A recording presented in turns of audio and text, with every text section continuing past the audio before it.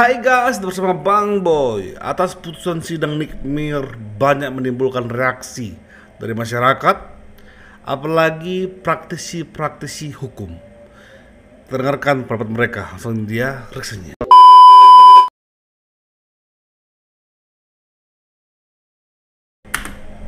Lucu guys. Lucu guys. Pak Hakim atas tuntutan dari jaksa terhadap Nikita ya. Yang jelas kita tahu bersama di awal itu Nikita ditahan karena dugaan kasus pemerasan dan TPPU. Ternyata putusan hakim karena kasus undang-undang ITE. Ya sudahlah ya. Emang sudah begitulah potret hukum di negara Republik Indonesia. Jadi di awal penggiringan opininya seolah-olah Nikita Mirzani ini seorang pemeras lah, terus TPPU lah. Ternyata putusan Pak Hakim, mohon maaf nih ya, kita sebagai netizen jadi ngakak. Soalnya mengikuti persidangan ini sudah 8 bulan dan mengikuti bagaimana awal mula seorang Nikita Mirzani ditahan oleh pihak kepolisian. Ternyata undang-undang ITE guys. Perihal mengenai itu pemerasan atau tidak masih simpang siur guys.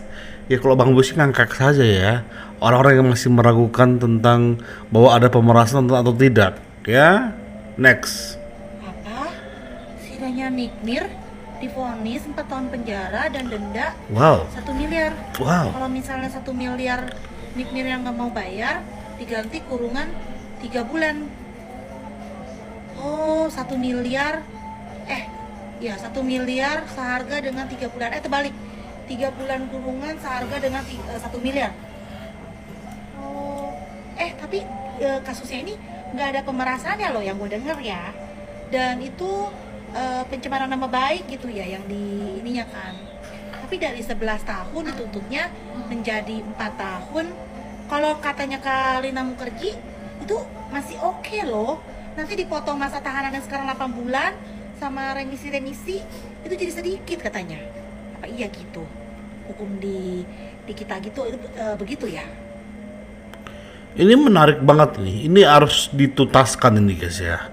Orang bingung, orang hanya mengutip dan mengungkapkan ke publik. Udah habis uang banyak, bayar buzzer, suap kiri, suap kanan, berharap vonis 20 tahun. Wow. Atau seminimal-minimalnya 15 tahun masa Wow. penahanan. Tapi apalah daya, tertampar dengan keadaan. Hakim hanya memvonis Nikita Mirzani itu dengan 4 tahun masa penahanan saja. Dan denda 1 miliar rupiah. Buat para buzzer, baik itu buzzer recehan maupun buzzer premium, sabar ya, kayak gitulah kalau kerja sesuai pesanan. Jadi buat para netizen, Sabar ya. Kalau begitu kerja sesuai dengan pesanan. adapun di luar sana yang teriak sekian tahun itu hanyalah bentuk framing-an dan penggiringan opini saja. Pada kenyataannya Nikita Mirzani tidak terbukti melakukan tindak pidana pencucian uang. Wow. Banyak orang yang speak up mengenai fokus ke TPPU. Tapi Bang Boy pengen kita fokus ke pemerasan. Ada nggak sini? Salam logika. Rest in peace hukum di Konoha. Bus, mantap. Hari ini Nikita Mirzani dijatuhi hukuman 4 tahun dan denda uang 1 miliar. Yang gua bikin melongo ketika Nikita mendengar vonis dibacakan, dia begitu tabah, malah sempat-sempatnya ngajak salaman sama hakim. Tetapi hakim tidak mau salaman sama Nikita Mirzani. Mungkin dilarang ya oleh undang-undang. Adapun pasal yang dikenakan untuk Nikita Mirzani adalah masalah pemerasan dan pencemaran nama baik. Sedangkan pasal pencucian uang itu tidak terbukti.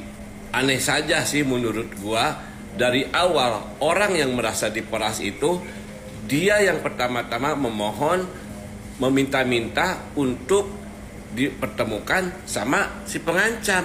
Gini. Ini harus clear ya. Bang Boy mungkin ngomong di sini. Kenapa? Memang pasal 27B ayat 2 itu tentang undang-undang ITE itu memang itu erat kaitannya dengan pemerasan. Memang iya, betul. Bang Boy setuju. Tapi ingat, di persidangan Nikmir untuk dikaitkan ke pemerasan kan butuh bukti, butuh pembuktian. Enggak ada sedikit pun pembuktian ditemukan. Ngerti nggak sih para orang ini? Emang betul 27B itu ayat 2 itu tentang pemerasan, betul. Itu betul banget. Tapi hakim nggak mengatakan bahwa Nikmir terbukti memeras lewat undang-undang ITE. Nggak ada. Hakim itu memutuskan yaitu Nikmir melanggar ketentuan tentang undang-undang ITE mengenai yaitu merugikan orang lain lewat mendistribusikan atau membongkar rahasia orang lain. Itu saja. Makanya ketika kan setiap tuduhan, setiap tuntutan, setiap dakwaan, setiap putusan itu harus sesuai dengan bukti-bukti kan.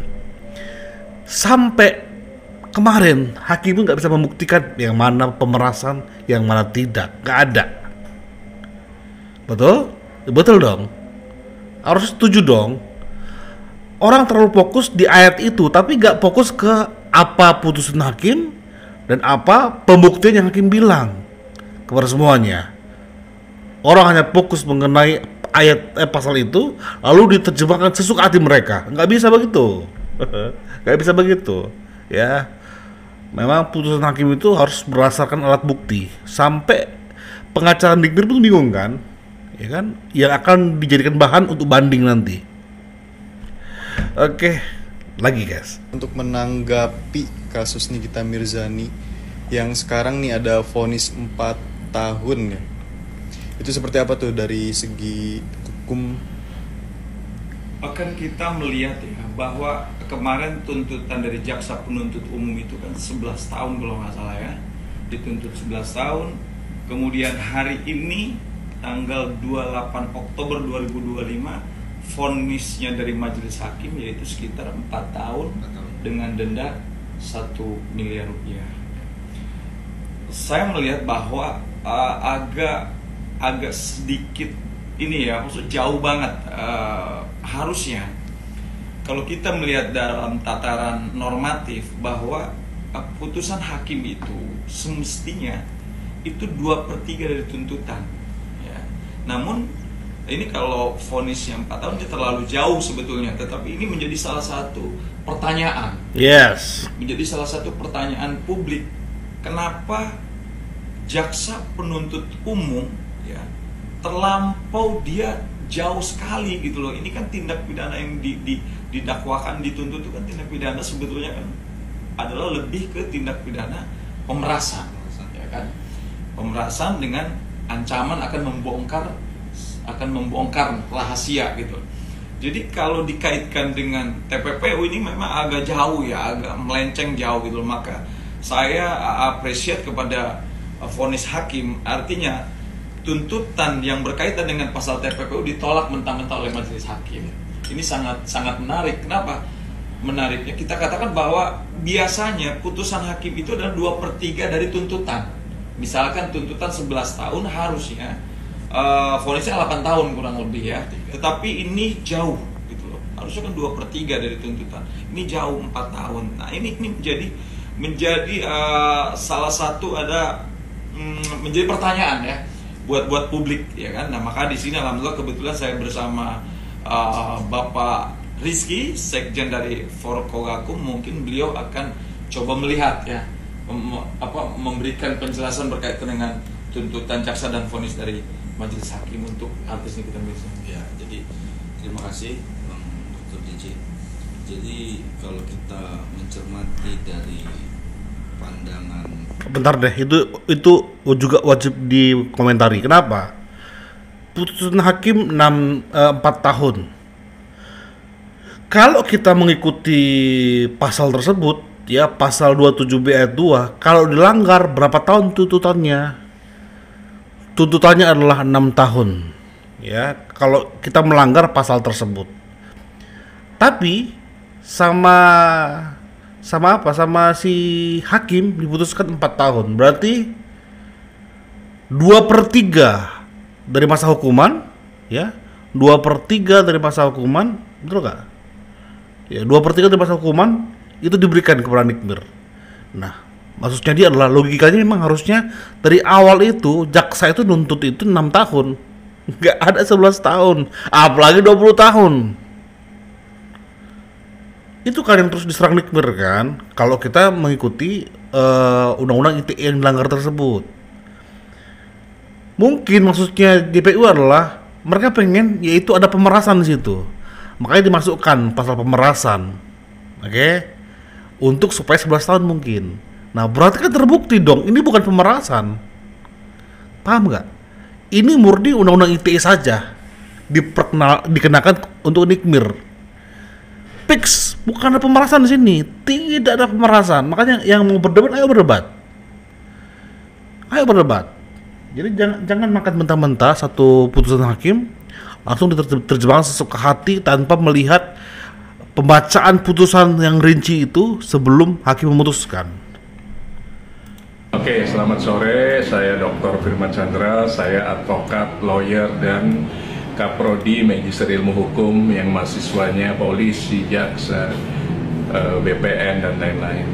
Terkait dengan vonis yang sudah dibacakan oleh pengadilan tingkat pertama. Jadi pengadilan negeri ini pengadilan tingkat pertama yang tidak bisa memutus sebuah putusan untuk terdakwa berkekuatan hukum tetap karena ada pengadilan-pengadilan selanjutnya. Tuntutan dari jaksa penuntut umum di kasus ini adalah 11 tahun dengan denda 2 miliar, subsidiar 2 tahun.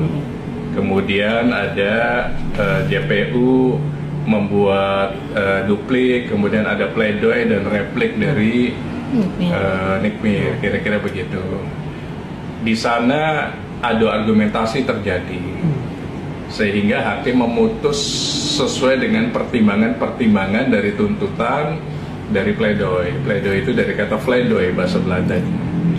Akhirnya diputus kesepakatan. Biasa hakim itu kolektif kolegial namanya, memutus 3 orang ini diskusi dan voting. Akhirnya diputus 4 tahun dengan denda 1 miliar, subsidiar sekitar 3 bulan kalau tidak dibayar. Apakah putusan ini fairness? Tergantung dari perspektif masing-masing. Seperti yang saya sampaikan sebelumnya bahwa putusan ini akan ada 4 bagian, di atas, sama, di bawah, atau bebas. Ternyata prediksi saya yang ketiga, di bawah tuntutan. Namun jangan puas dulu, karena apa? Indonesia itu sama dengan Belanda dan sama dengan Perancis yang menganut Eropa Continental Justice System. Artinya putusan yang inkrah, putusan yang berkekuatan hukum tetap, itu ada di pengadilan tinggi berikutnya sepanjang tidak ada upaya hukum. Kalau ada upaya hukum, itu berarti putusannya berjenjang sampai ujungnya adalah peninjauan kembali. Kemudian pertanyaan berikutnya, apakah jaksa penuntut umum dan atau kuasa hukum melakukan upaya hukum yang namanya banding? Tergantung. Namun berdasarkan pengalaman kami menghandle kasus-kasus pidana di Firman Chandra Law Firm, putusan yang di bawah setengah dari tuntutan, mayoritas JPU akan melakukan upaya hukum banding. Kemana? Ke pengadilan tinggi provinsinya. Kalau di Jakarta berarti di pengadilan tinggi yang ada di Cempaka Mas. Kalau di Jawa Barat berarti pengadilan tinggi yang ada di Bandung. Kalau di Jawa Tengah pengadilan tinggi yang ada di Semarang. Kemudian nggak puas lagi masuk ke Mahkamah Agung yang ada di Medan Merdeka, Jakarta Utara. Jadi dikasih waktu nih menurut hukum acara persidangan, Kitab Undang-Undang Hukum Acara Pidana, dikasih waktu selama 14 hari untuk berpikir apakah tidak melakukan upaya hukum atau melakukan upaya hukum. Kalau sampai 14 hari tidak ada register banding ke pengadilan tinggi atau register banding melewati panitra pidana yang ada di Pengadilan Negeri Jakarta Selatan, dua-duanya berarti inkrah. Namun, nah, apa pendapat kalian guys? Apakah harus banding atau tetap lanjut? Komen guys ya. Kalau Bang Boy, lanjut. Ini komitmen Bang Boy karena memang tidak ditemukan ya pemerasan atau apalagi TPPU, itu jelas kan.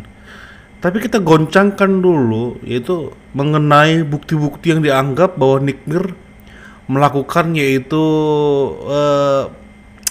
ya undang-undang ITE lah. Kalau undang-undang ITE kan merugikan orang lain. Kalau itu bohong, ini kan real. Produknya bermasalah. BPOM mengatakan itu bermasalah.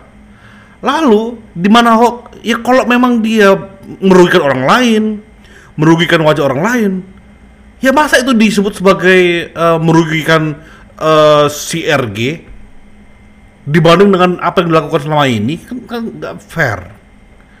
Ya, jangan jadi pasal karet lah. Ini sama aja kayak kita nggak bisa kita tuduh, lu koruptor ya. Dan koruptor akan sesuka hati melaporkan kita karena kita bilang koruptor. Padahal terbukti koruptor.